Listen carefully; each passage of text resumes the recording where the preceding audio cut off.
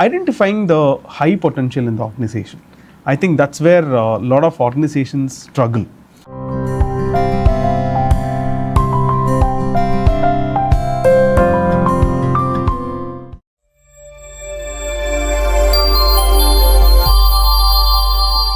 When you do BI or CBI, you will ask more of a behavioral question. Where Can you little bit tell more detail about BI and CBI? So we use a lot of format, ma'am. So for example, STAR is a very famous framework or a very widely known framework that we use. So S stands for situation. So we measure people through this particular format. Okay. Are they explaining the situation well? And what was their task? T stands for task basically. Okay. And what is your role in that? This was the situation and what is your role precisely? Okay. And A stands for action. Okay, so the task was this. What did you do? So what was your action? Okay. And is it completely aligning to the objective or whatever that you are intending to do? Okay. And last but not the least, all these things should tie with R, something called result. So is it giving you a positive result or negative result? Okay. So in BEI, you ask a lot of competency based questions, or let's say behavioral questions, personality based questions. So you will understand the person little more deep and tell them this success is because of this particular belief and behavior. And this developmental need is because of this particular and this particular behavior.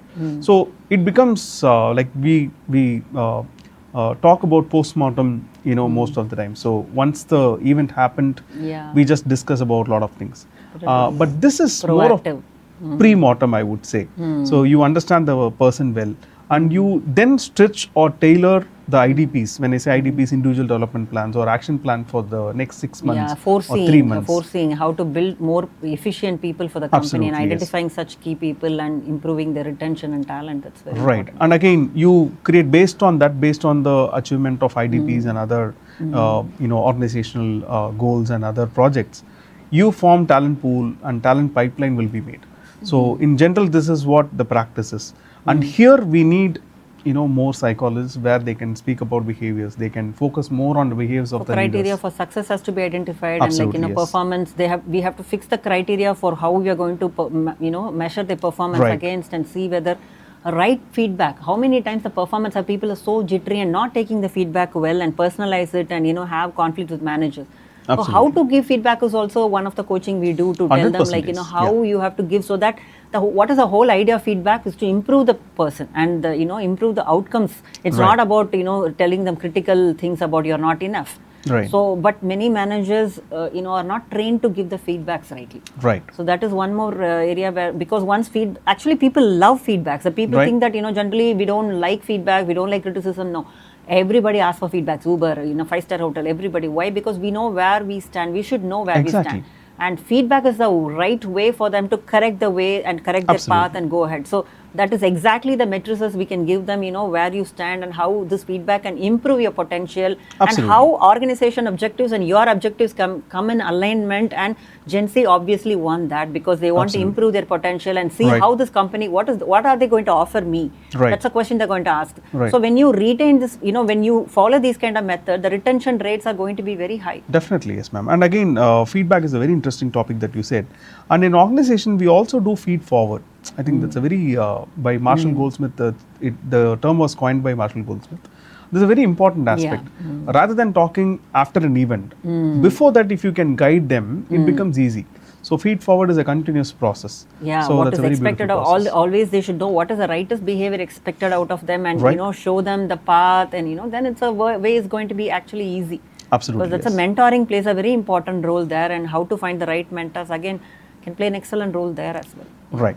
So the role of a psychologist or a behavioral scientist is more needed in organization these days, because there is one more area where we can leverage our expertise here is OD, organization development. Yes, of course. So a lot of cultural shifts which happens with a lot of organizations. Technology boom, mergers. Absolutely. So how do you do that? How do you segment it? Preparing people for change is a challenging thing. Absolutely. So that's where our role also comes in. So at what time, what needs to be done? All right, so we discuss about multiple models like ATKR and other things, but when to do what and with which population and how do you define Research. success? So this is where the evidence-based research methods, Absolutely. and also in psychometric development, standardization of the tool, everywhere, everything is scientific based, and we can make a tailor-made tool for them. Absolutely, and yes. do a climate survey, culture survey to find out, the temperature. It's Right. like finding the fever, whether the organization has got fever or Right. how well the organization is doing, and tell them exactly where your problem is. It in the leadership or decision making or in the communication,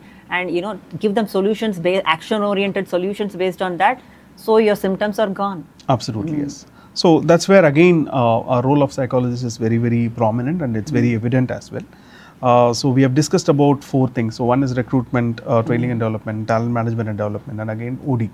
And one more topic that I would like to discuss where I need more clarity here. So there is this term called well-being these days in organizations.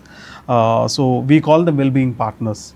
So as a psychologist or how a psychologist can be a well-being partner into organization. So your thoughts and ideas, please, ma'am. Inbraj, so we had a very fruitful discussion about how psychologists can play a very wonderful role in organization, and by using tools which are evidence based, like focus group interviews and focus group discussions, and also by using a lot of psychometric assessments and surveys. Right. And also, interestingly, I want to share one thing with you about how it can be practically delivered.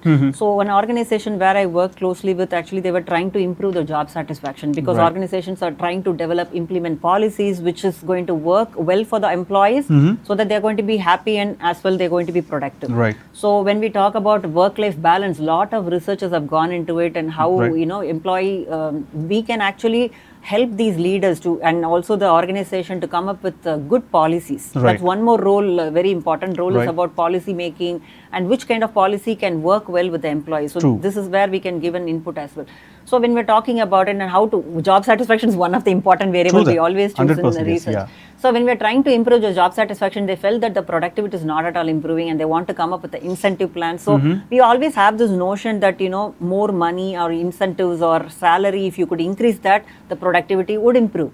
But then unfortunately the answer is no. For all this, you just need to know actual needs of people instead of even investing a lot of money onto it. Right. So when the survey was going on, they thought that okay, let's improve their salary package, or let's give them some incentives, and again they did the outcomes. The productivity did not improve. Then we pitched in and we did that survey on this, how to find out what are the needs, underlying needs for them, which is not met here. So by doing a job satisfaction survey, which was, pitching into a lot of other important variables. Right. There they found out that the need for, like a Maslow's hierarchy, again a research-based thing come here. So they figured out that the sense of accomplishment was not actually, because when leaders go into that level, they are happy with their salaries. Even Gen Zs also, they are not even happy when they are given more payment. There's certain aspect when they're given more autonomy and creativity, they retain. So we need to tell the organization, the managers, that this is what you need to tap on. And when we've given the suggestion that in OD practices, okay, you can just focus on by giving him a separate cabin and in a designation for him, and you won't believe that his performance improved a lot. True. And he was actually a satisfied person there. True that. So no amount of money even can be a reinforcement, as we always think. So there can be other innovative practices where company need not shell out more money, but come up with the right approach, and there they can see the results also. Right. So now we had a wonderful discussion of how a psychologist can play varied roles. Right. We just comprehensively talked about it. There are much more actually. Right. So we just put it in a nutshell and we were discussing about it. True Hopefully organizations understands and make use and leverage, take to the best of their ability, so that they can actually be more effective and also smart. Right. Okay, so we will again catch up in another Definitely, interesting ma'am. topic. Thank you for Nice having me. discussion. Thank you.